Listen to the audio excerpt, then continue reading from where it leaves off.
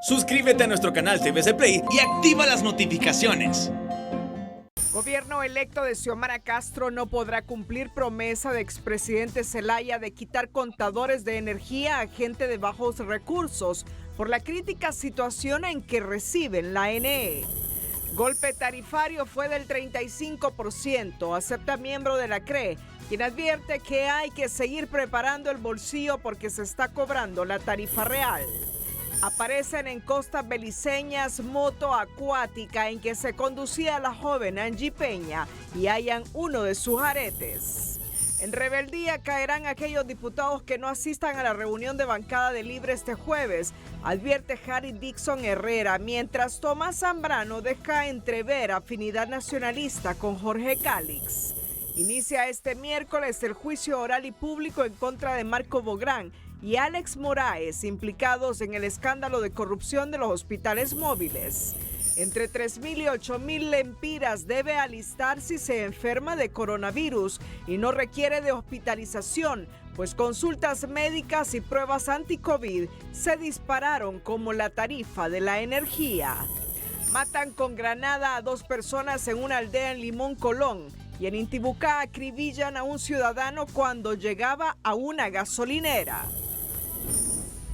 Los titulares fueron presentados por Tarjeta de Crédito Atlántida Cash. Recibe 8% de ahorro permanente. Solicítala ya.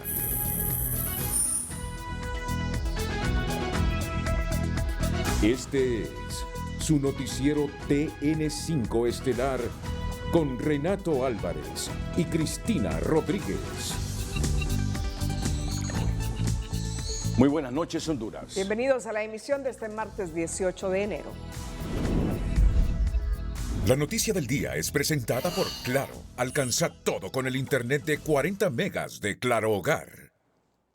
Una de las principales promesas de campaña del gobierno que asumirá el poder el 27 de enero relacionada con el tema de las tarifas de energía y su reducción no podrá cumplirse a corto plazo, pues heredan una crisis en donde la empresa nacional de energía eléctrica pierde diariamente 20 millones de lempiras.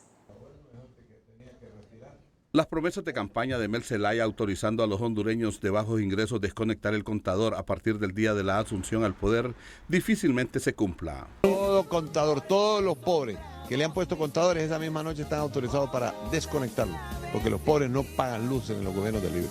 Este gobierno que saliente ha tenido 8 años para resolver este problema y no lo hizo.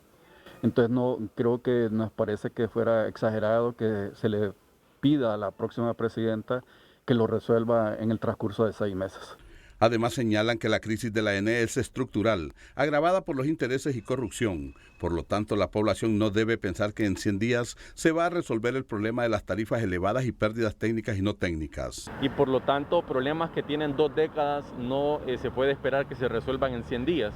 Es un tema que va a tomar mucho tiempo y por esa razón es que todos los sectores interesados tienen que ayudar a empujar la carreta. La población ha cifrado sus esperanzas en el nuevo gobierno, como es el caso de Nubis Antunes, quien a falta de empleo inició un emprendimiento para poder subsistir.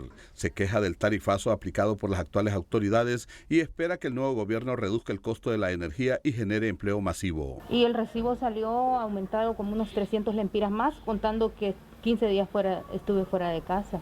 ¿Qué esperan entonces? Pues que haya oportunidad de empleo, que bajen a la canasta básica y también a la energía eléctrica. También la familia Gómez, compuesta por adultos mayores y ya jubilados, espera una rebaja en la tarifa, porque el recibo les refleja un incremento del 35%. Nos abrieron las puertas de su hogar, mostraron que se han privado de algunos artículos eléctricos para ahorrar energía. Para el caso la estufa eléctrica, la usan de mesa y la sustituyeron por una de gas para gastar menos dinero. Pero con el incremento su recibo se disparó en 400 lempiras y ven deteriorados sus ingresos. No tengo estufa eléctrica, estoy con estufa de gas para ahorrar. Y ahora es que nos viene este aumento usted de 1.200 y no sé cuánto más. No, es una barbaridad, no se puede. ¿Cuánto pagaba antes usted y cuánto paga ahora? Mire, con el descuento de la tercera nos salía como 890, hasta allí, a 890. Ahorita viene el recibo por como 1.200. La estatal de energía pierde unos 20 millones de lempiras diarios y el gobierno entrante no se puede dar el lujo de dejar de cobrar el servicio. Las demandas sociales en materia energética deben ser prudentes, señalan algunos expertos, porque el nuevo gobierno no va a poder cumplir con algunas expectativas que se han generado. Y esto es porque los problemas son a nivel internacional y no local en esta materia. Nelson Lanza, Telenoticias. La noticia del día fue presentada por Claro. Alcanza todo con el internet de 40 megas de Claro Hogar. Bueno, hay que estar claro y decirle a los hondureños la realidad de las cosas. Posiblemente estemos pagando una tarifa alta en la energía eléctrica, no solo por las condiciones externas en este momento, sino por la negligencia y la corrupción con que se ha manejado la industria eléctrica en el país.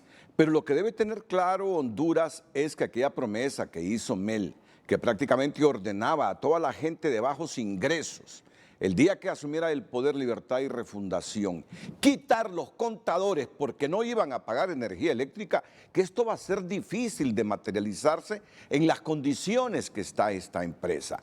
Y posiblemente hayan soluciones para rebajarle al kilovatio hora, pero después de tomar decisiones heroicas que primero saneen el problema eléctrico que tenemos en el país, para luego tener una energía más competitiva y más razonable en función de los ingresos que tenemos los hondureños. Pero así están las cosas. Una cosa es la campaña y lo que se promete en campaña, y otra las realidades que tiene Honduras. Y una de las realidades realmente complicadas es esta estatal eléctrica, que tiene un déficit acumulado de más de 80,000 millones de lempiras, que cada 3, 4 meses tiene deuda de 8,000, 9,000, 10,000 millones de lempiras que pagar. Por lo tanto, todos debemos hacer sacrificios. Pero nos quedamos con la promesa que han hecho de que van a revisar este último incremento tarifario para ver si se puede reducir. Es lo que se ha prometido en los últimos días. Por otra parte, José Morán, uno de los comisionados de la CRE es la Comisión Reguladora de la Energía Eléctrica, aceptó este martes que el tarifazo aplicado a la población ronda el 35% y atribuye parte de este golpe a los precios de los carburantes en el mercado internacional.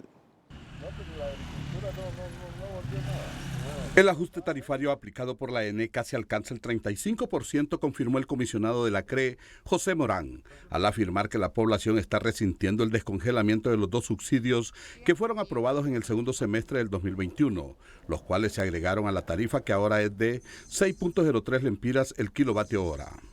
Es que eso es lo que la gente ve en su factura. O sea, la gente recibió un beneficio importante porque la tarifa se congeló todo el segundo semestre del año pasado. O sea, eso que dejó de pagar la gente es un beneficio que a la gente le queda. Pero cuando comparan la tarifa que venían pagando con la que tiene que aplicarse ahora, si acaso no se subsidia, sí es un salto más fuerte, por supuesto. Estamos hablando de un 35% entonces. En promedio puede que sea así. Explicó que ahora están cobrando la tarifa real porque aún no se define lo del nuevo subsidio. Antes del mes de julio la tarifa era de 4.08 lempiras el kilovatio hora y se congeló en ese precio hasta el 31 de diciembre. Ahora se debe pagar 6.03 el kilovatio hora al aprobar la CRE el aumento a la tarifa del 13.3% para este trimestre, y descartó que haya incrementos del 100%.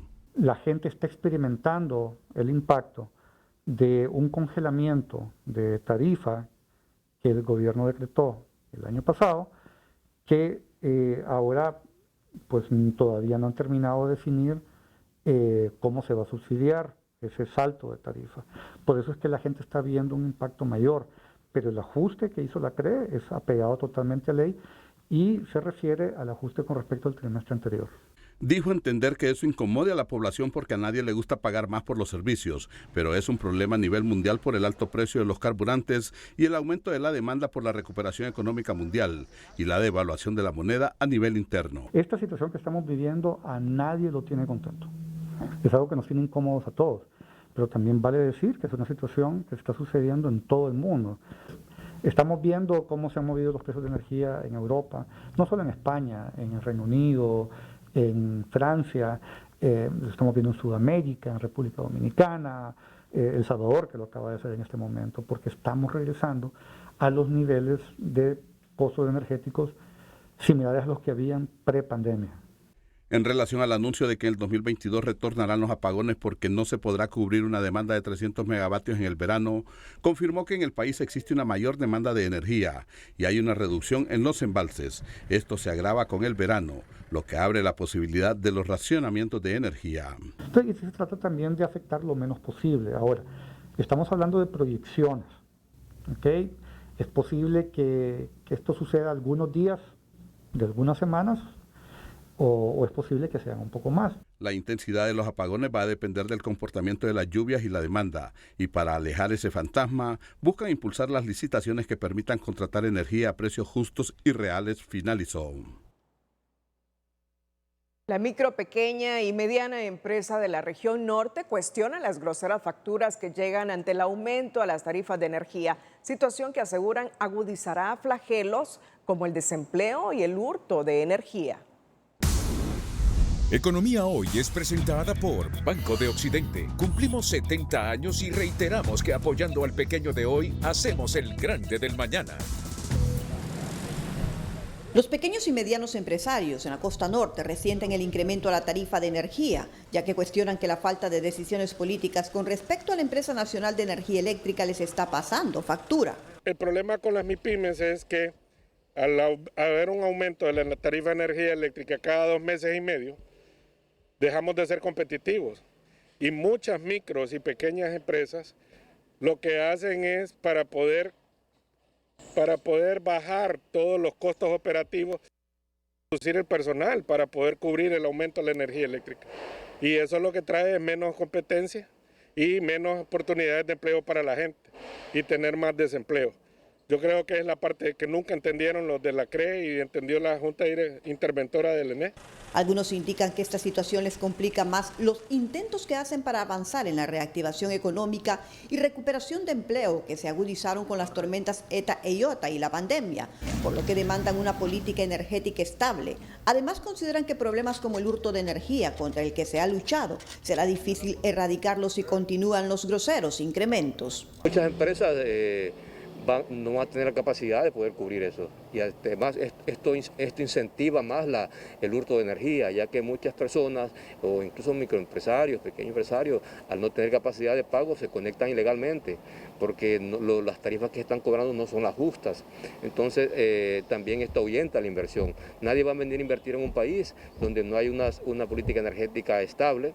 El tiro de gracia, dicen, son los ya anunciados apagones. Una solución real demandan, aunque reconocen que no será a corto plazo enmendar todo lo que ha desencadenado estos flagelos. Economía Hoy fue presentada por Banco de Occidente. Cumplimos 70 años y reiteramos que apoyando al pequeño de hoy, hacemos el grande del mañana. Empresarios, gobierno y obreros continuaron este martes las reuniones del salario mínimo. Sin embargo, hasta la próxima semana presentarán sus propuestas. Mire, en este momento no le podría decir porque el preanálisis no es muy alentador. Entonces, eso indica que nosotros tenemos que reunirnos y hacer con los técnicos un estudio bien calificado para que podamos darle una respuesta a las propuestas en la siguiente semana aquí y traer una propuesta oficialmente a la sala, a la mesa donde estamos dialogando. Vamos a revisar con nuestro equipo técnico y con las autoridades del sector privado la información recibida y en base a eso haríamos las diferentes consideraciones. Según los trabajadores, a priori la base para negociar el salario mínimo sin tener toda la información será con un 8% para las empresas de 151 trabajadores en adelante y 4.1% para la pequeña y mediana empresa. La Comisión de Transición del nuevo gobierno para Movimientos Sociales sostuvo este martes una reunión con al menos 62 organizaciones representativas de las fuerzas productivas del país para abordar, entre otras cosas, el financiamiento al agro hondureño y la dotación a las unidades productivas del sistema de riego. Necesitamos urgentemente poder asegurar las cosechas, la producción nacional. En este momento el impacto global que ha sido el cambio climático, de manera específica también los hondureños lo hemos sufrido. Martínez considera que de nada sirve que Banadesa estuviera abierto dando empréstitos si no llueve. Los jubilados de los diferentes institutos de previsión públicos del país en su propuesta al nuevo gobierno solicitaron auditorías y un buen manejo de los recursos en esas instituciones para garantizar sus jubilaciones. Claro, hay que ver, ¿verdad? En este sentido yo creo que debería de encontrar el gobierno entrante y sobre todo quienes vayan a formar parte de esos gabinetes que estén vinculados precisamente con estas instituciones, con estas organizaciones, de garantizar cómo lograr una nivelación de alguna jubilación o pensión de todas esas personas que lo han hecho en los últimos años y que han quedado, digamos que recibiendo migajas, porque eso es lo que muchas mujeres y hombres alrededor del país han estado recibiendo. Los maestros jubilados además pidieron que se les agilice la implementación de la ley que manda que puedan cobrar en vida los 60 salarios. Que Imprema otorgue las 60 rentas o 60 mensualidades a los maestros jubilados y pensionados en vida, para lo cual ya hay un decreto aprobado. Actualmente el beneficio de los 60 salarios a los maestros jubilados se entrega a los familiares cuando el docente muere. La subcoordinadora de la Comisión de Transición del nuevo gobierno, Belinda Martínez, informó que a finales de esta semana se estará dando a conocer quiénes conforman el gabinete de la presidenta electa, Xiomara Castro. Se habla de la semana previa a la toma, ¿verdad? O sea, 8 días antes, que ya casi estamos en ello, ¿verdad? O sea, faltan 2 o 3 días para que estemos dentro de ese periodo y la presidenta anunció, ¿verdad?, de que el gabinete lo iba a comunicar, ¿verdad?, unos días antes de la toma de posesión. Por otro lado, Martínez indicó que el Estadio Nacional ya se encuentra listo en un 90% para la toma de posesión. Representantes del Partido Libertad y Refundación se presentaron este martes ante la Corte Suprema de Justicia para interponer un recurso de inconstitucionalidad contra la reforma que contempla el pago de prestaciones a los funcionarios del actual gobierno. Hemos abocado aquí a la Sala de lo Constitucional para que emita de inmediato una suspensión de este acto y no esperar a que el nuevo Congreso lo haga a través de un decreto legislativo.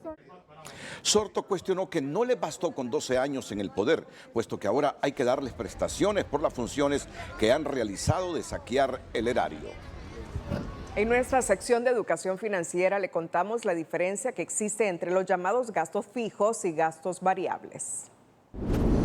Educación Financiera es presentada por Banpaís. Este regreso a clases paga todo en cuotas a 0% interés con tus tarjetas de crédito Banpaís.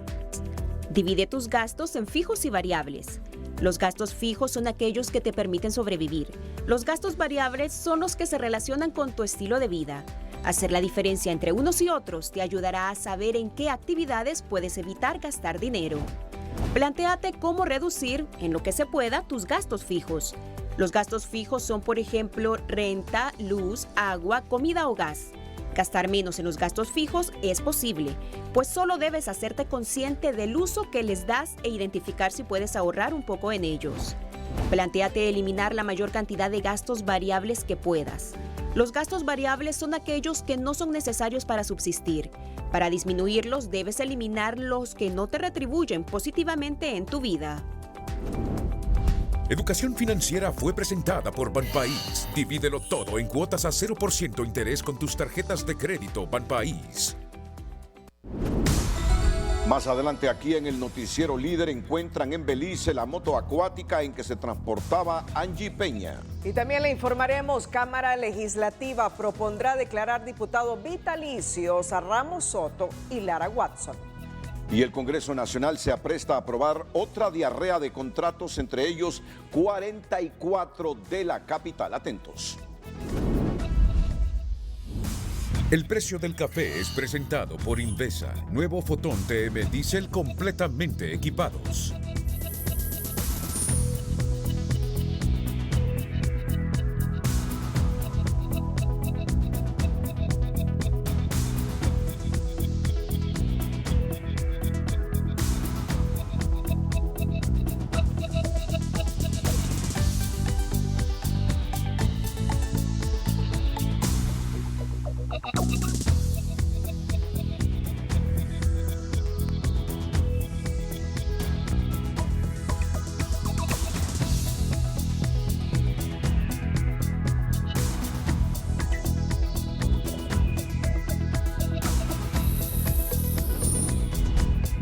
que se transportaba la joven Angie Peña, dando así otro giro al caso, pues encontraron en la moto un arito de la desaparecida. Vicente Turcios con más elementos.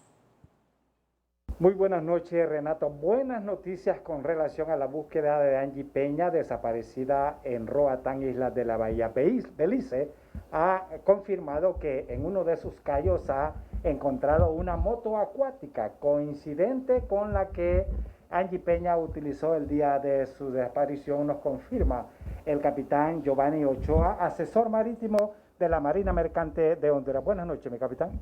Buenas noches, televidentes de TN5. La Dirección General de la Marina Mercante reporta que recibió información del guardacosta de Belice aproximadamente a las 14:45 horas sobre el hallazgo de una embarcación tipo jet ski con similares características a la que utilizó la señorita Angie Peña en el sector conocido como Hunting Cay. Asimismo, nos hizo llegar otras imágenes en donde podemos observar que los logos son coincidentes con el jet ski rentado por Angie Peña. Asimismo, se encontraron unos aretes dentro de las imágenes enviadas por Belice que es similares a los que utilizó la señorita Angie Peña.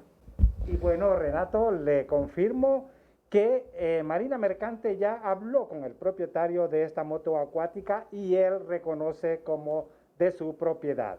Falta que Medicina Forense del Ministerio Público traiga estas evidencias para completar búsqueda que se ha estado realizando de Angie Peña, aunque la señorita Angie Peña todavía no aparece. Renato, vuelvo con usted. Con granadas y armas de grueso calibre asesinan a 2 hombres en Icoteas, en la región de Limón, en Colón, y en el hecho una menor de 5 años perdió parte de su mano izquierda, según los reportes. 2 hombres murieron violentamente, uno de ellos de 17 años de edad. Mientras tanto, una niña resultó herida en su mano izquierda y casi mutilada, tras ser atacados a balazos en la aldea de Icoteas, municipio de Limón, en este departamento de Colón. Según la policía, los hechores lanzaron una granada a la casa en donde se encontraban los fallecidos y después fueron atacados con armas pesadas. Un joven de 17 años, de nombre Gerson José Puerto, y también otra persona que se llamaba Eddie Isaac Hernández Villalobos. Estas personas fallecieron a consecuencia de heridas producidas por armas de fuego, calibre desconocido. Chorimóviles pues está en proceso de investigación y según versiones de vecinos, pues personas a bordo de motocicleta aparentemente lanzaron una granada donde fallecieron instantáneamente, donde pues resultó también herida una menor, donde fue trasladada a un centro asistencial. Bueno, se dice que fue en arma de fuego y que también lanzaron una granada donde ellos fallecieron instantáneamente. Por lo inusual del hecho, la policía ha destacado un equipo especializado en la zona para investigar el caso. Aquí los pobladores también se encuentran muy sorprendidos. Héctor Madrid, Telenoticias. Este martes en la ciudad de La Esperanza, en Intibucá, fue acribillado a balazos por desconocidos el joven Mario Humberto Zelaya, sobrino de las exfuncionarias del Poder Ciudadano Mayra y Miriam Mejía e hijo de una reconocida maestra de la zona. Según testigos, el joven se bajaba del vehículo en el momento que desconocidos le dispararon. Según las autoridades, 27 casquillos se encontraron en la escena del crimen mientras continúan las investigaciones. Y este miércoles inicia el juicio oral y público en contra del exdirector de Inves Honduras, Marco Bográn, y el exadministrador Alex Moraes, en el cual el Ministerio Público presentará 70 medios de prueba en el caso de la corrupción de los hospitales móviles. El Ministerio Público evacuará 70 medios probatorios en juicio contra 2 exfuncionarios de Invest H que inicia este miércoles 19 en el Tribunal de Sentencia en materia de corrupción. Comparecen los imputados Marco Antonio Bográn Corrales y Alex Moraes. A ellos se les buscará inculpar por 2 delitos de fraude y 2 delitos de violación de los deberes de los funcionarios. Se trata del denominado caso de corrupción hospitales móviles, por el que se gestó un mega fraude de más de 47 millones de dólares en perjuicio de la administración pública, por el que también se acusa al empresario Axel López. Las investigaciones siguen para determinar la participación de otros implicados en este caso. Hay un tercer acusado, como sabemos, una persona que tiene orden de captura con alerta roja internacional. Del miércoles 19 al 31 de enero de 2022, el tribunal oirá los argumentos del Ministerio Público y del equipo de defensa de los acusados, según el Ministerio Público, responsable de la compra sobrevalorada de 7 hospitales móviles para atención de pacientes COVID-19. A partir de las 9 de la mañana se tiene programado entonces el inicio de estas primeras audiencias preparatorias en las cuales las partes estarán presentando los incidentes previos al debate. Más allá de el resultado que nosotros esperamos que sea una sentencia condenatoria, necesitamos que los dineros que se perdieron del erario público con una sentencia condenatoria, pues se les siga la restitución, se pida la restitución civil con la indemnización para la sociedad hondureña, devolviendo ese dinero al tesoro público. Según autoridades de la Secretaría de Salud, 6 de los 7 hospitales móviles comprados por Invest H están operativos para patologías distintas, por no ser aptos para atención de pacientes COVID-19. En audiencia inicial se decretó auto de formal procesamiento con prisión preventiva contra 4 supuestos socios del cártel de los hermanos Rivera Maradiaga. Los acusados por el delito de lavado de activos agravado fueron capturados en el marco de la operación Fortuna, ejecutada la semana anterior en San Pedro Sula y Copán. En este caso, el Ministerio Público logró acreditar la participación de Mario Alberto Torres Olivera, Edis Alberto Izaguirre, Luis Gustavo Macfiel, Ledis Armando Nájera en el delito de lavado activo. Se presentaron documentos que establecen que las 55 cuentas bancarias que fueron aseguradas presentaban movimientos atípicos que no eran compatibles a los ingresos que cada uno de estos individuos podían obtener por algún tipo de trabajo. Según Guzmán, se estableció que varias de las empresas con las que contaban eran fachadas para justificar el dinero.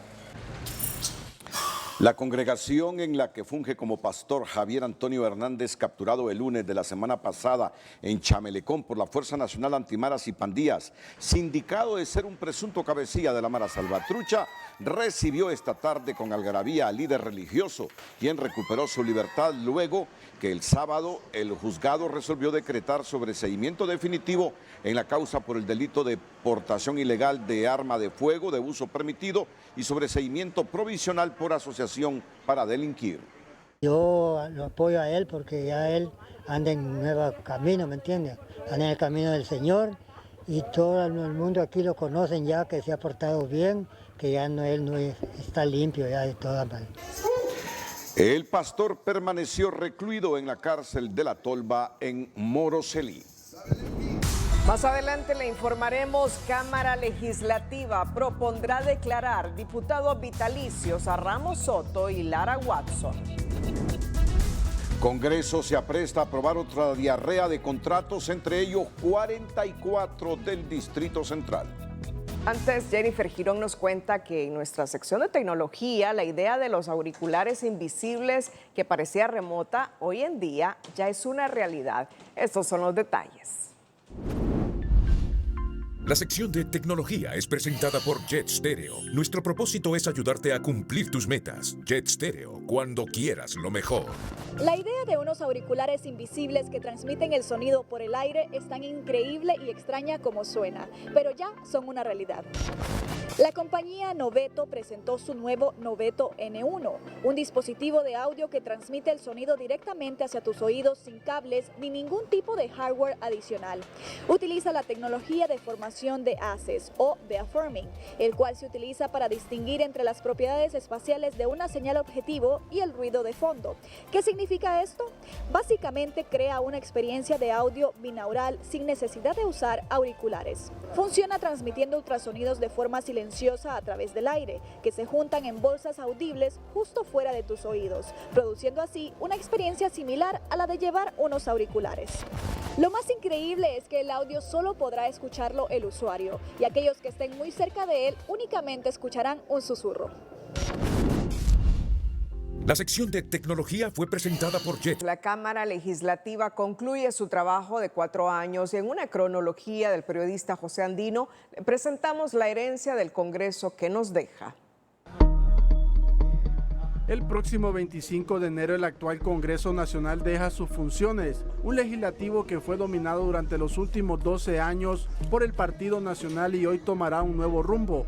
Las actuaciones de los padres de la patria han sido manchadas por las aprobaciones de leyes, como las zonas de empleo y desarrollo económico sede en el 2013, y hoy 2 iniciativas ciudadanas buscan su derogación.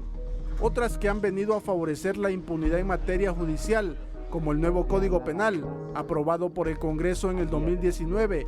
En la entrada de su vigencia, varios casos de corrupción de alto impacto han sido sobreseídos como casos Red de Diputados, Pandora y Arca Abierta, entre otros.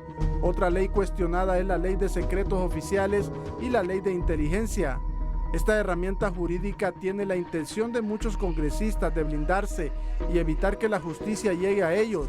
Así lo han denunciado las organizaciones de sociedad civil.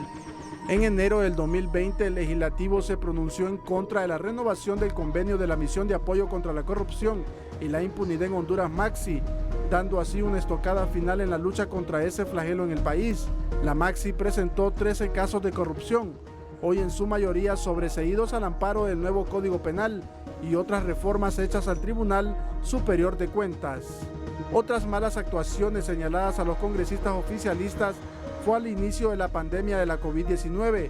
En marzo de 2020 aprobaron 420 millones de dólares, 10.000 millones de lempiras dirigidos para la construcción de 94 centros de atención de salud, desde unidades básicas hasta construir 11 hospitales. Sin embargo, a la fecha nada de eso fue cierto. Se desconoce dónde está el dinero. La pandemia también obligó al Parlamento a sesionar vía virtual para evitar los contagios, las cuales han venido a ser una llave perfecta para el oficialismo y otros congresistas afines para aprobar financiamientos y más leyes lesivas. A la fecha, el legislativo ha aprobado más de 5.000 millones de dólares, unos 120.000 millones de lempiras en préstamos con organismos internacionales con la excusa de la COVID-19, los huracanes ETA y IOTA. En noviembre del 2021, aprovechando un partido de fútbol, los diputados nacionalistas y liberales se confabularon para aprobar varias reformas al reciente Código Penal concernientes a la Ley de Lavado de Activos y otras figuras jurídicas que disminuyen la lucha contra la corrupción. Asimismo, se reformó el artículo 437 del Código Penal que representa una limitación en el actuar de la Fiscalía, impedimento para llevar a la justicia a personas cuyos bienes son de origen sospechoso. También se criminalizó la protesta social y se incluyó dentro de las personas políticamente expuestas a las organizaciones de sociedad civil que investigan, denuncian y exponen actos de corrupción. Ahora el nuevo Congreso Nacional tiene la tarea de derogar todas las leyes nocivas aprobadas por la bancada nacionalista y los diputados afines, así como la instalación nuevamente de un organismo internacional que fortalezca la lucha contra la corrupción. Los nuevos diputados tienen la responsabilidad de elegir también la nueva Corte Suprema de Justicia, el fiscal general y adjunto de la República, su procurador y procurador general, los magistrados del Tribunal Superior de Cuentas, los consejeros del Consejo Nacional Electoral, del Tribunal de Justicia Electoral y los comisionados del Instituto de Acceso a la Información Pública, entre otros cargos de relevancia. En la reunión de cierre este miércoles del actual Congreso Nacional se presentará un decreto para declarar diputados vitalicios a los parlamentarios Carlos Alfredo Lara Watson y Osvaldo Ramos Soto por su desempeño con responsabilidad durante los 4 y 5 periodos respectivamente como diputados en ese poder del Estado. El decreto que se someterá a la Cámara en su artículo 1 manda otorgar a los distinguidos diputados la distinción de diputado vitalicio en este Congreso Nacional con su respectiva remuneración salarial. Los congresistas también se aprestan a aprobar otra serie de leyes y reformas que van desde contrato de la Empresa Nacional Portuaria, una ley para la promoción y desarrollo masivo de proyectos, reformas a la ley de telecomunicaciones, así como varios contratos de la Comuna Capitalina que van desde una modificación para la supervisión de la construcción del túnel en el Boulevard La Hacienda, la vía rápida de Casa Presidencial, logística para brindar capacitación, contrato para un especialista ambiental, otro para un especialista social de agua y saneamiento, financiero, ampliación y terminación de carriles, entre otro legajo de un total de 44 contratos municipales. A ello se suma un proyecto de energía y la ley de bomberos.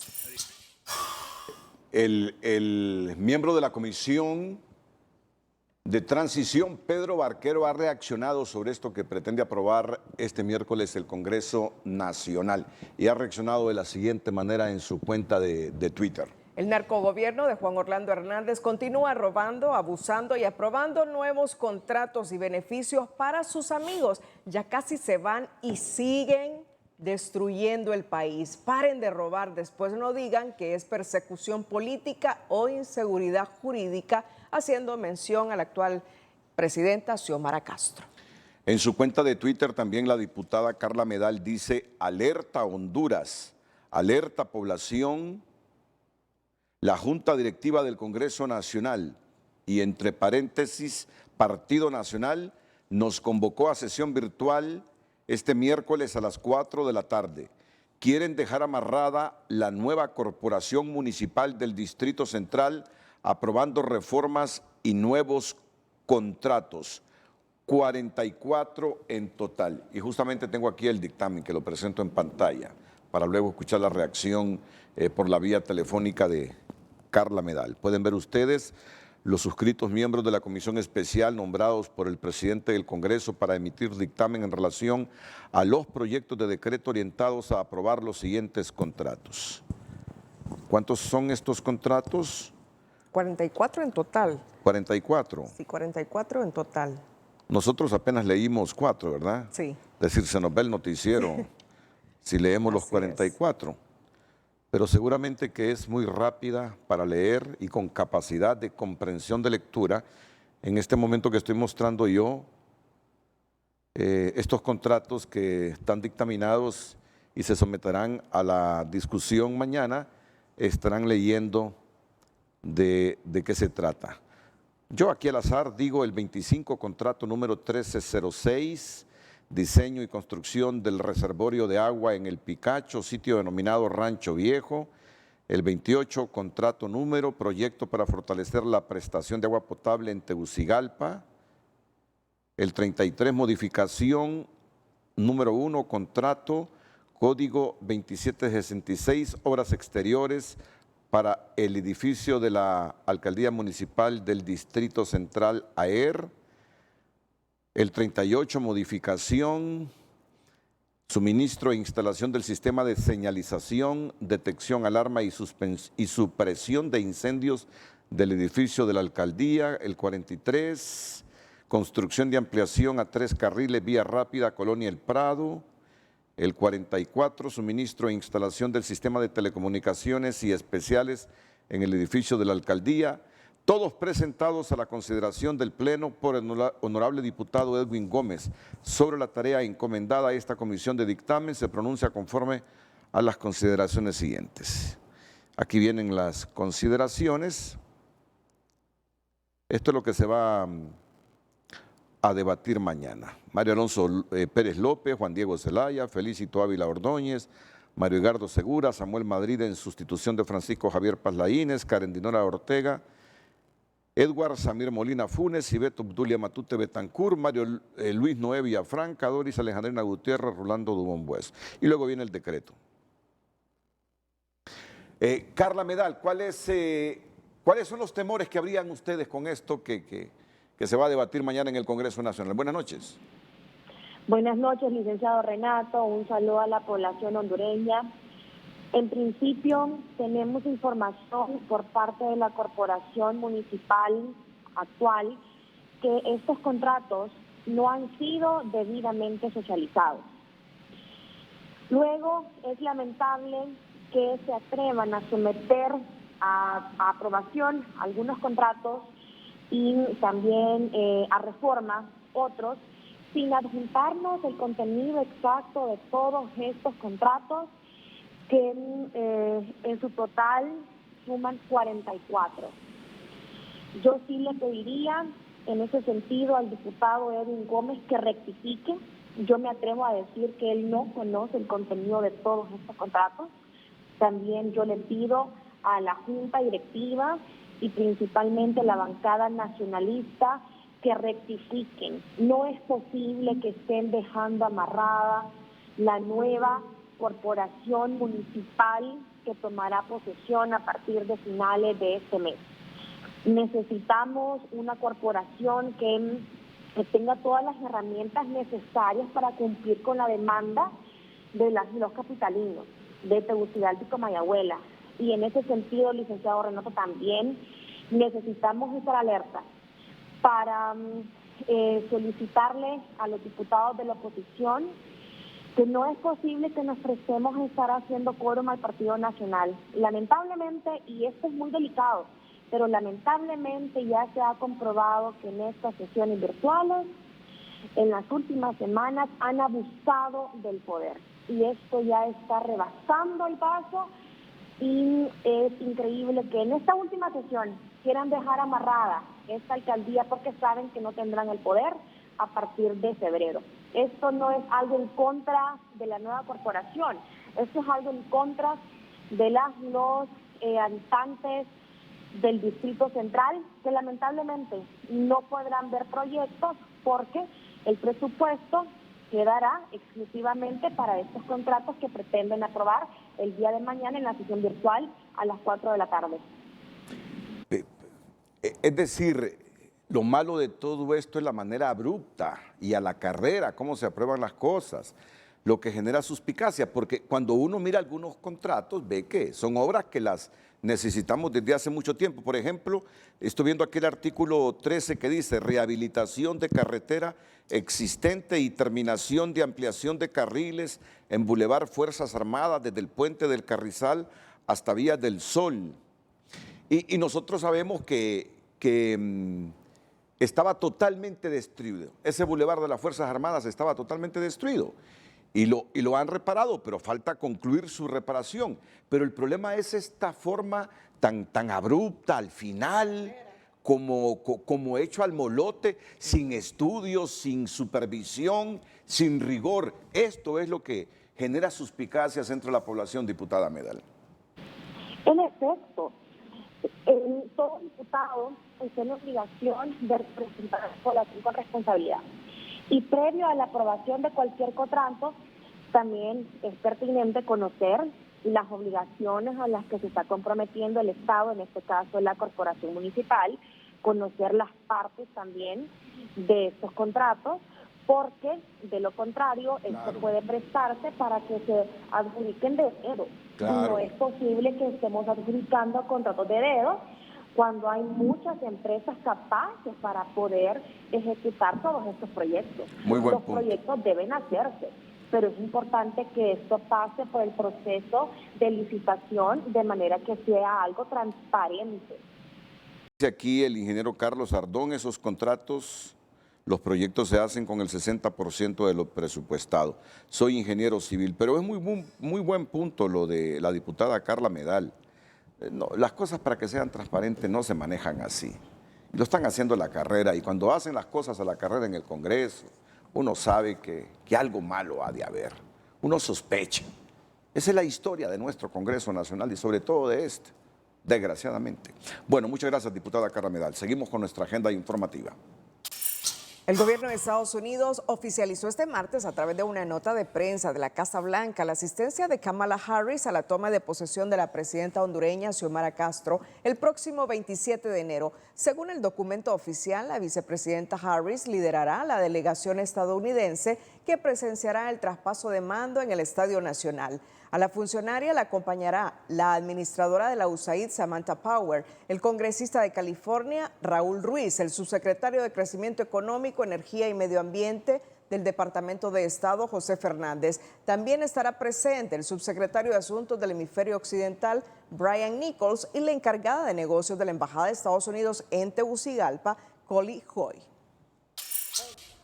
El coordinador general del Partido Salvador de Honduras, Pedro Barquero, espera que se respete el acuerdo entre Libre y el PSH para elegir a Luis Redondo como presidente del Legislativo. A ver, los hermanos de Libertad y Refundación, la mayoría ya han manifestado su apoyo a lo que es el cumplimiento del acuerdo que se hizo allá por el mes de octubre del año pasado. Hay algunos hermanos del Partido Libertad y Refundación que están todavía debatiendo. Están en todo su derecho, tienen toda la apertura de parte de tanto del Partido Libertad y Refundación como de nosotros de debatirlo, pero al final nosotros esperamos pues que se unan a todo el resto del equipo y que podamos sacar adelante esta nueva directiva del Congreso de manera tal que se cumplan los acuerdos. Barquero explicó que para la elección de Redondo tienen 72 votos, sin embargo la cifra puede cambiar ya que todavía se está debatiendo el tema. El diputado de Libre Rafael Sarmiento considera que la bancada de este partido en el Congreso no debe ser piedra en el zapato para el gobierno de Xiomara Castro. La bancada de Libre somos un órgano político dentro del partido, no somos una isla.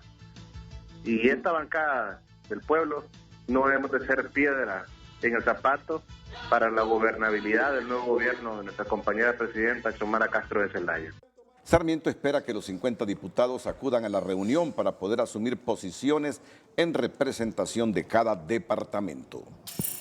Este martes, integrantes de la Mesa Ciudadana, que conforman un grupo de hondureños de distintas formas de pensamiento, exhortaron a los actores políticos del país a analizar la situación que se atraviesa en Honduras, así como a honrar los acuerdos y pactos efectuados. El año pasado, la Asamblea General, máxima autoridad del Partido Libre, le otorgó a Xiomara Castro, hoy presidenta electa, la autoridad democrática para concertar acuerdos y pactos con el fin de asegurar el resultado de las elecciones. Así se concertó con el Partido Salvador de Honduras y PINU, sellando el triunfo de la oposición con un nivel de legitimidad sin precedentes en las urnas, señala el comunicado. Los diputados electos están obligados a honrar ese mandato y apoyar sin vacilar a la presidenta electa, pese a que fuerzas oscuras parecen atizar ambiciones personales y de grupos, dividiendo e incitando a conspirar de espalda al proyecto de cambio urgente que el pueblo exige. Manifiestan al indicar que los grandes problemas del país requieren de la clase política y sus bancadas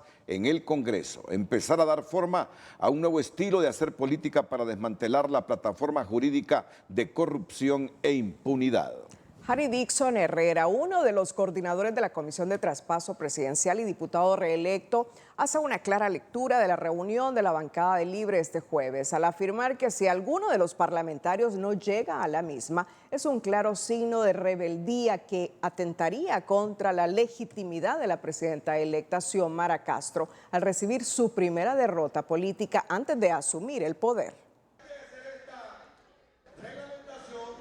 La elección de la nueva Junta Directiva del Congreso Nacional mantiene las fricciones a lo interno del Partido Libre, desde donde el diputado reelecto Harry Dixon dejó claro que quienes no acudan a la reunión de bancada programada para el jueves estarían incurriendo en rebeldía, y destaca que no respetar el acuerdo con el PSH sería convertirse en partícipe del primer descalabro político de Xiomara Castro. Bueno, si no acuden, entonces entenderemos que ya están en un proceso de rebeldía total al partido y nosotros seguiremos con nuestra idea de cumplir con los acuerdos, porque no cumplirle los acuerdos al Partido Salvador de Honduras es como que estuviéramos participando en la primer derrota que pudiera tener doña Xiomara Castro. Para nadie es un secreto que no solo Luis Redondo anda en busca de la presidencia legislativa, ya que pese a existir un acuerdo con Libre, irónicamente figuran como adversarios Marco Eliud Girón y Jorge Calitz, cuya experiencia legislativa es ponderada por el actual secretario del Congreso Nacional, Tomás Zambrano. Ha sido compañero diputado nuestro estos últimos 8 años, es un hombre con capacidad legislativa, tiene mucho conocimiento, pero primero lo menciono, que se pongan de acuerdo Libertad y Refundación con Salvador de Honduras, que son 60. De acuerdo a este congresista electo del PSH, en Libre existen opiniones personales, pero no hay división, ya que el acuerdo es claro desde un principio, por lo cual no tiene duda que el liderazgo del coordinador general y la presidenta electa será clave para que todos lleguen a la reunión del jueves y apoyen al ungido por el PSH. La gente votó por doña Xiomara y sigue teniendo como líder máximo a Mel. Y yo creo que si él los ha convocado van a asistir a la reunión. Mientras este analista ironiza al recordar que antes se criticaba al Partido Nacional por seguir línea del presidente, pero ahora se cuestiona al Libre por no acatar la orden de la presidenta electa. Además, indica que lo importante no es quién sea el presidente, sino su capacidad de lograr consensos y la mayor cantidad de votos para garantizar gobernanza. Y mucha gente trató incluso de borregos a los nacionalistas por seguir una línea partidaria. Hoy que los diputados electos están tratando de ejercer su derecho a opinar, a debatir y a discernir, estamos diciendo de que son unos irrespetuosos en no respetar la línea partidaria. Entonces la pregunta es, ¿qué queremos? El tiempo se acorta y la incertidumbre crece cada vez más, puesto que de no respetarse el acuerdo, los analistas estiman que el gobierno de Libre comenzaría con inequívocos rasgos de ingobernabilidad. Las autoridades de Recursos Humanos y Dirección Administrativa del Consejo Nacional Electoral se reunieron con los empleados que participaron en el proyecto de escrutinio especial en las elecciones generales a fin de comunicarles que el pago correspondiente al mes de diciembre está en proceso. Los atrasos se debieron a que los partidos políticos no enviaron la información completa de las personas que participaron en el proyecto. Actualmente el ente electoral se encuentra en la verificación y validación de la información para agilizar el pago. El Tribunal de Justicia Electoral realizó el recuento jurisdiccional de 3 juntas receptoras de votos en el nivel municipal del municipio de Brus Laguna, gracias a Dios. Fue presentado un recurso de apelación por la candidata del Partido Nacional y hemos revisado 3 juntas receptoras de votos, de las cuales pues en su mayoría no ha habido ninguna incidencia en relación a este recuento jurisdiccional. Bustillo informó que han resuelto 38 recursos de 93 apelaciones que se presentaron en el órgano de justicia electoral, de los cuales 20 han sido inadmitidos y se han emitido 18 sentencias. El ex candidato a la alcaldía del Distrito Central por el Partido Liberal, Eduardo Martel, expresó este martes que Crixa Pérez debe preocuparse porque continúa la vendetta política del presidente del Central Ejecutivo. Sigue la vendetta política de Gianni Rosenthal. Gianni Rosenthal, de verdad, lejos de aprovechar la posibilidad de volverse un mejor ciudadano, un mejor ser humano después de la experiencia que le tocó vivir, ha venido corregido y aumentado. Y esta situación que hoy sufre Crixa Pérez la sufrimos nosotros hace algunas semanas. El Tribunal de Justicia Electoral, como el CNE, prácticamente cumpliendo el capricho de esa vendetta política por no haberlo acompañado en el proceso general. Martel reiteró que las autoridades del Partido Liberal buscan quitar a alguien con quien saben que no cuentan para poner otra persona que sí obedezca a sus intereses.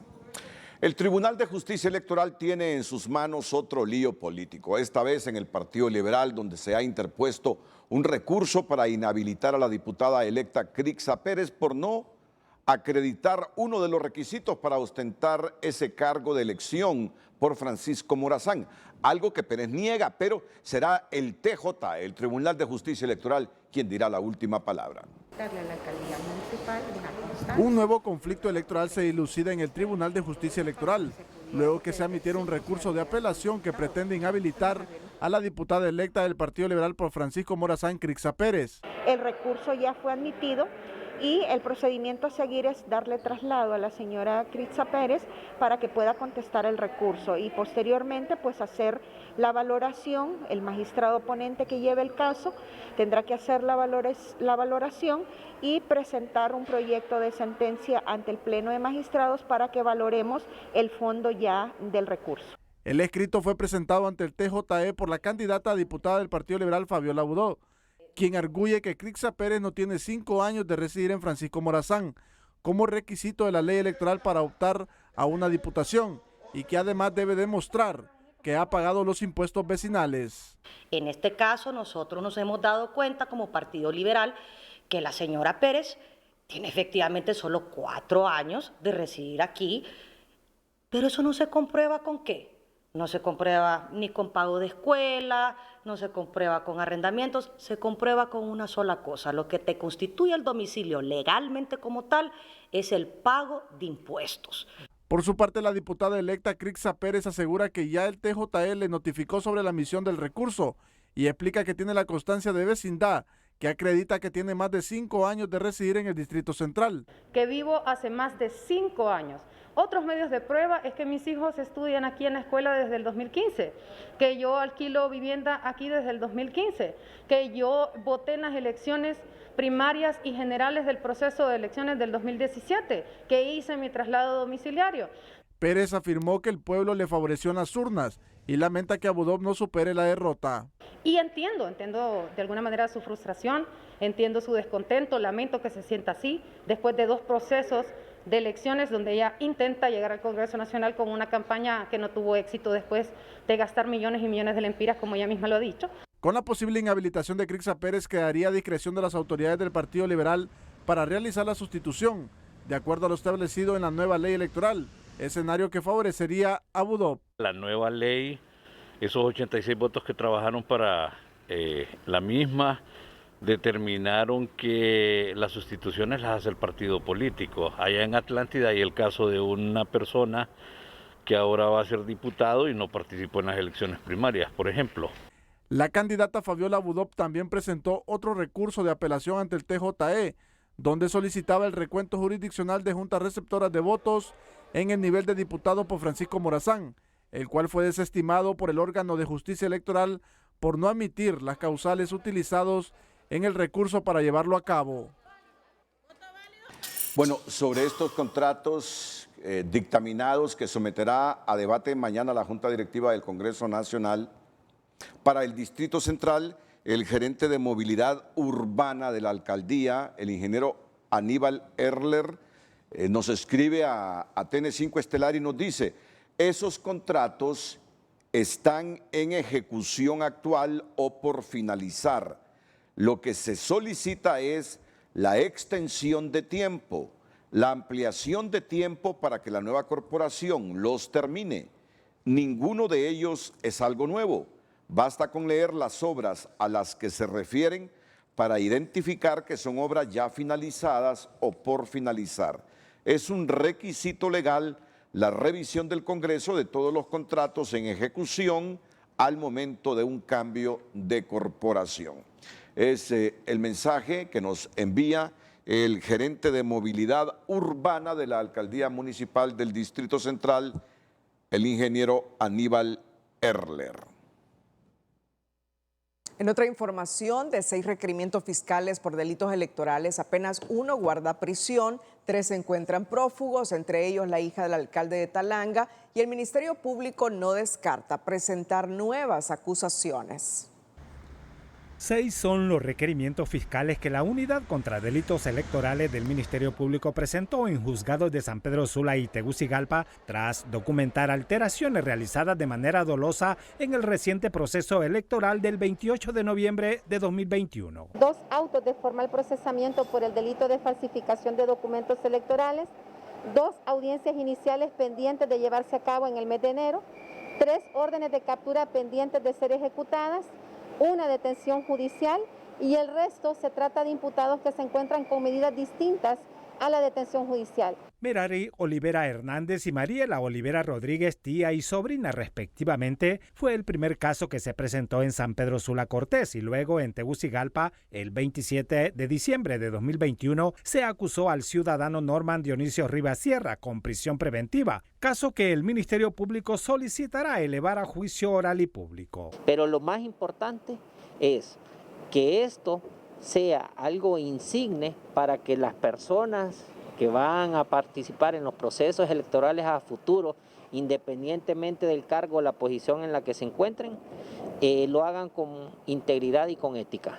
El pasado lunes 10, el Ministerio Público presentó requerimiento fiscal contra 5 personas, 3 de estas con orden de captura por falsificación de documentos electorales, delito establecido en el artículo 543 del Código Penal. Está pendiente de ejecutar la orden de captura contra la señora Nelcy María López. También está pendiente de ejecutar la orden de captura contra Jared Alberto Cruz Domínguez.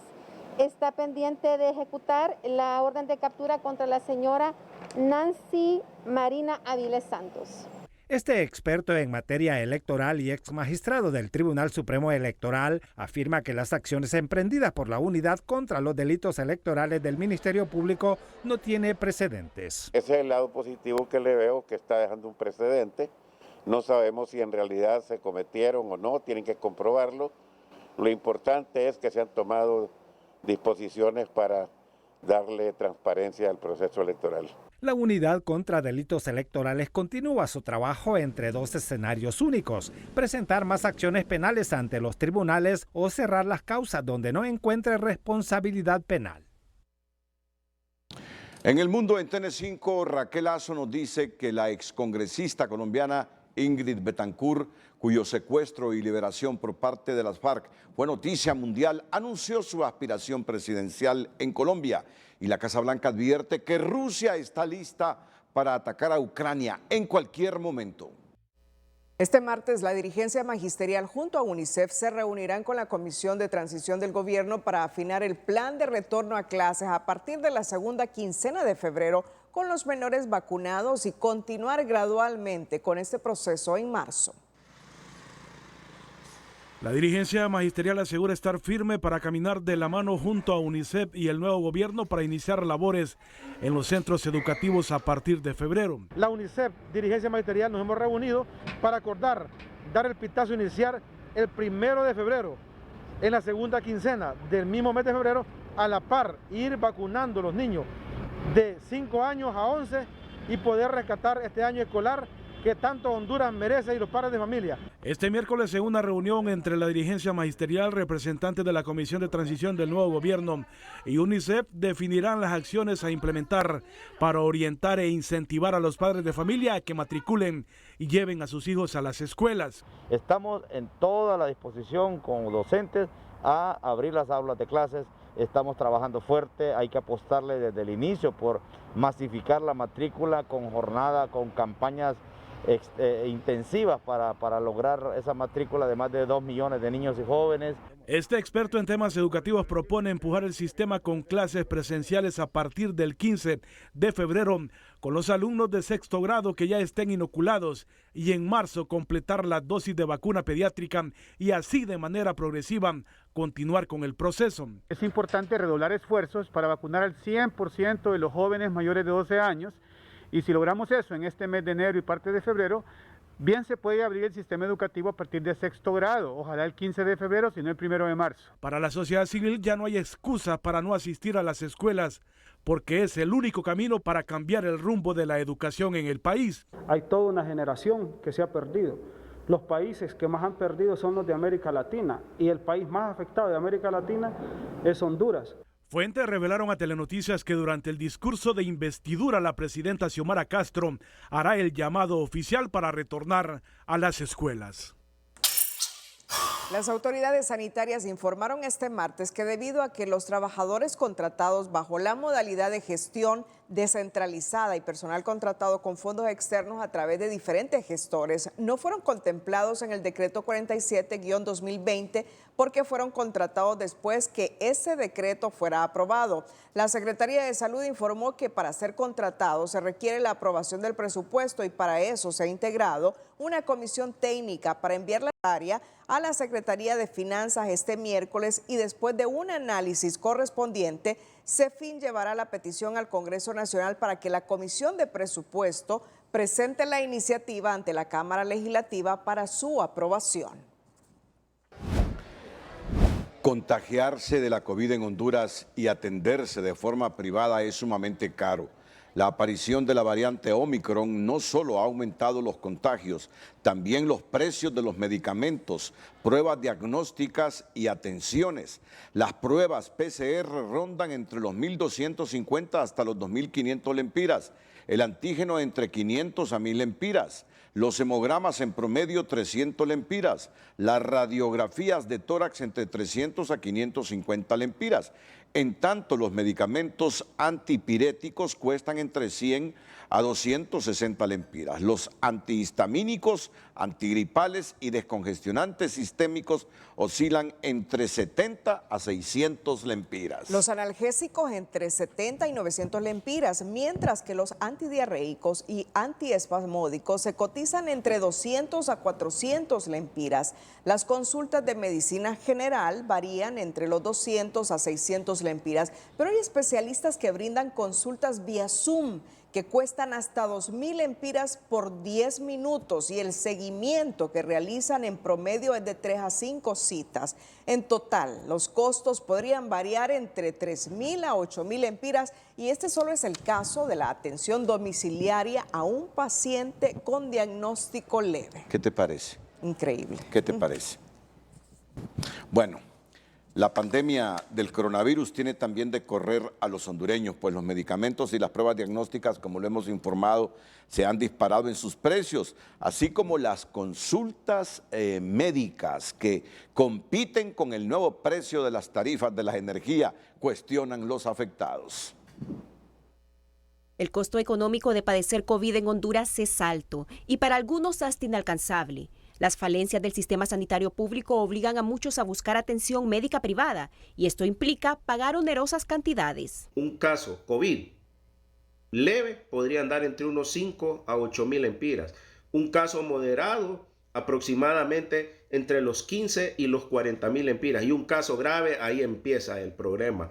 O sea, estamos realmente preocupados porque el Estado en este momento no está ofreciendo una alternativa confiable de cara al aumento de casos exponenciales que tenemos nosotros. Pero esas estimaciones podrían ser incluso mayores. Pero si es un manejo domiciliario, hospitalario, en que usted trae oxígeno, trae médico, enfermera, usted puede gastar hasta 100.000 lempiras si es un caso que no requiera hospital, ¿verdad? Pero ya cuando se traslada a un hospital, usted puede requerir desde un cuarto hasta $500,000 de lempiras.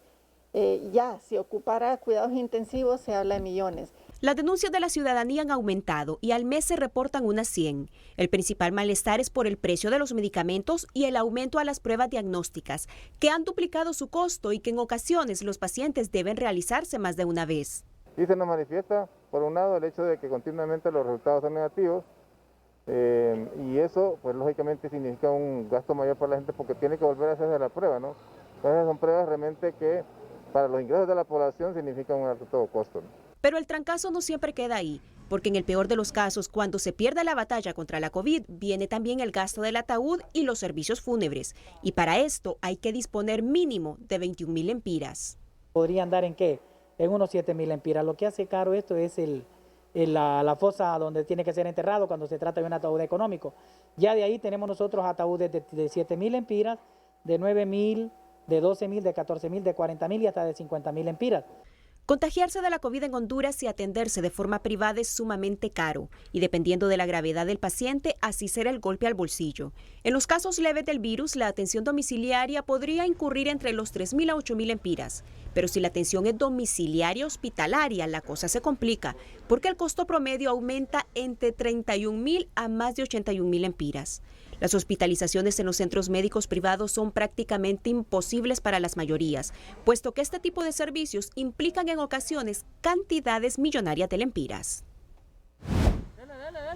El número de decesos por COVID-19 en el país de la Asociación de Funerarias de Honduras duplica al registrado por las autoridades que hasta la fecha reportan unos 10.000 fallecidos. Según la funeraria, solo en lo que va de este año han muerto 110.000 hondureños o 110 hondureños a causa del virus. Eso es lo que se hizo a través del sector funerario organizado, más sin embargo, verdad, y a su digno medio. Este es un subregistro, pero existen otros de las funerarias que no están afiliadas.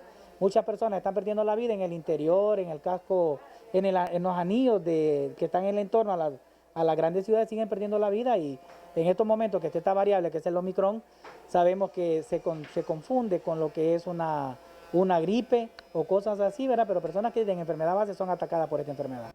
De acuerdo a Lanza, la mayor cantidad de entierros por COVID se realizan en el Distrito Central, San Pedro Sula, Copán, Comayagua y Lloro.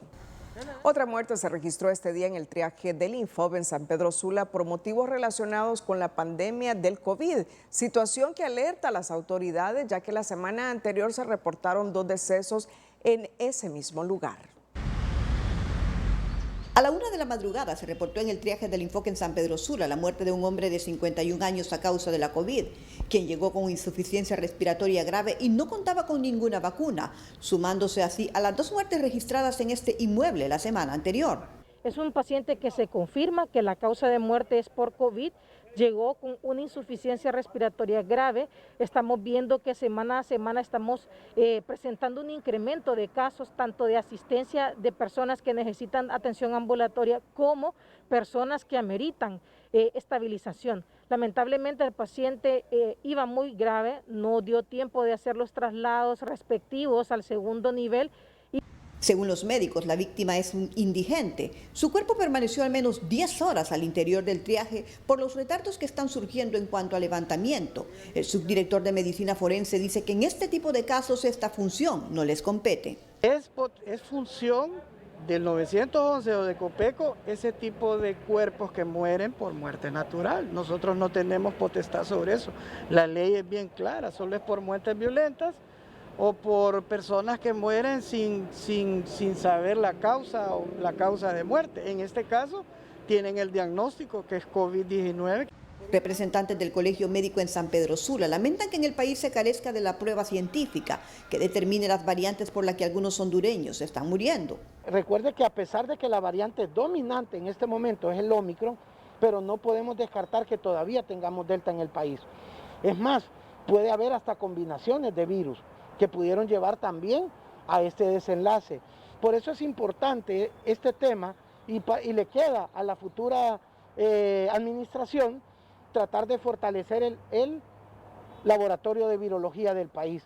El Hospital Mario Catarino Rivas también reportó el fallecimiento de 2 ancianos. Uno ya tenía las 3 dosis de la vacuna Pfizer y el otro 2 de AstraZeneca. Además se reportan unos 36 hospitalizados en 4 de los hospitales del Valle de Sula.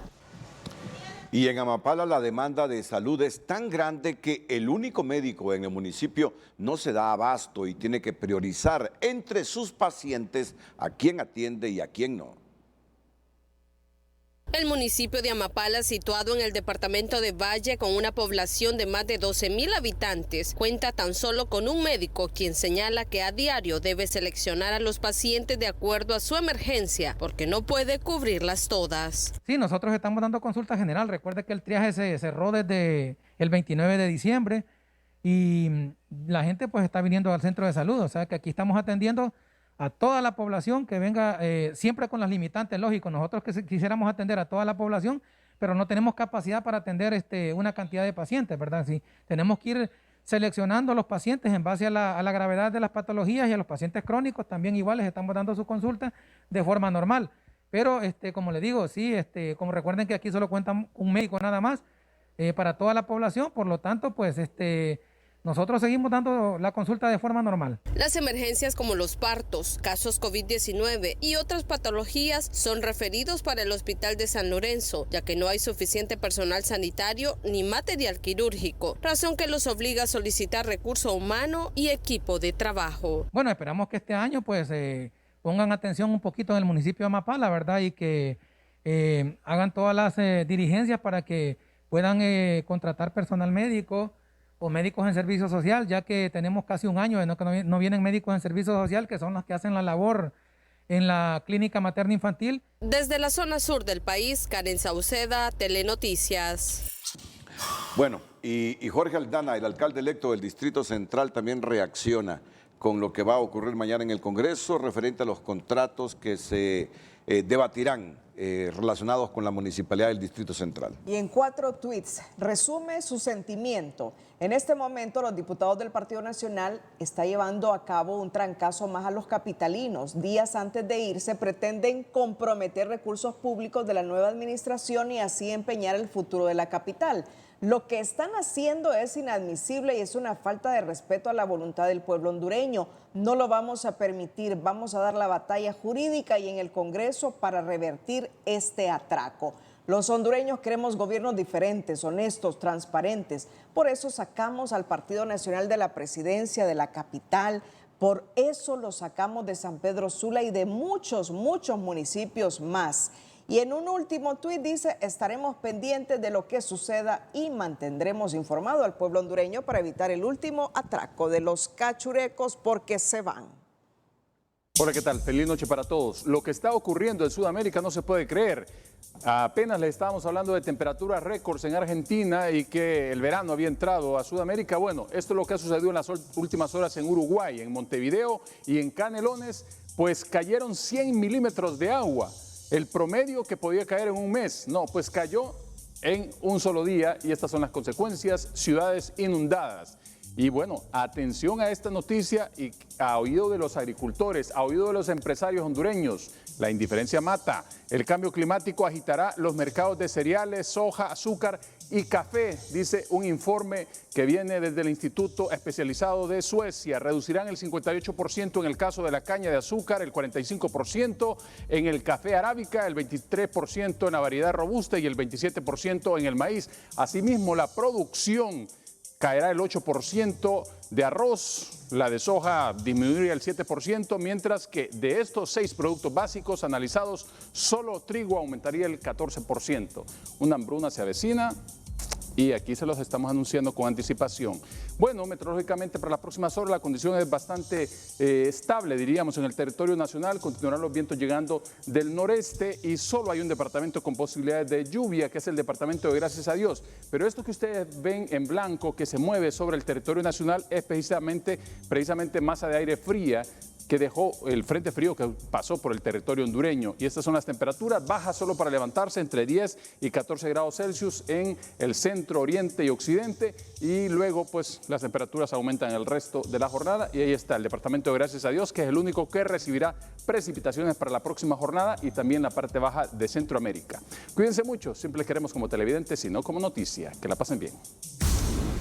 El estado del tiempo fue presentado por... El hecho, la frase y la imagen del día con Telma Mejía.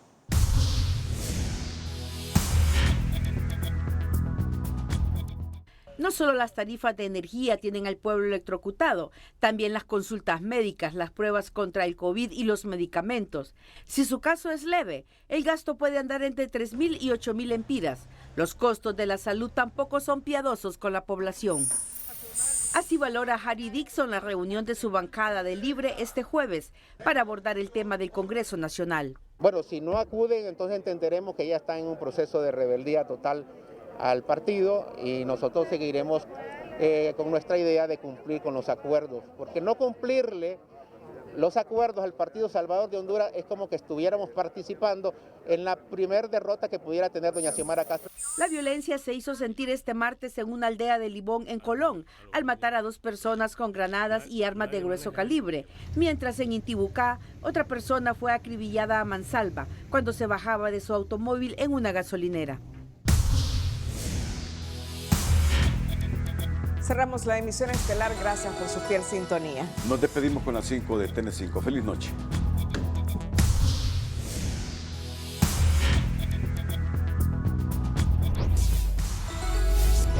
La Cámara Legislativa se apresta a aprobar este miércoles una serie de contratos dentro de los cuales se encuentran un total de 44 para la alcaldía capitalina. Los legisladores también piensan declarar como diputados vitalicios a Osvaldo Ramos Soto y Carlos Lara Watson con su respectiva remuneración salarial. Gobierno electo de Xiomara Castro no podrá cumplir promesa del expresidente Zelaya de quitar contadores de energía a gente de bajos recursos por la crítica situación en que reciben la ENE. Aparece en Costa Beliceñas moto acuática en que se conducía la joven Angie Peña y hallan uno de sus aretes. Inicia este miércoles el juicio oral y público en contra de Marcos Bográn y Alex Moraes, implicados en el escándalo de corrupción de los hospitales móviles.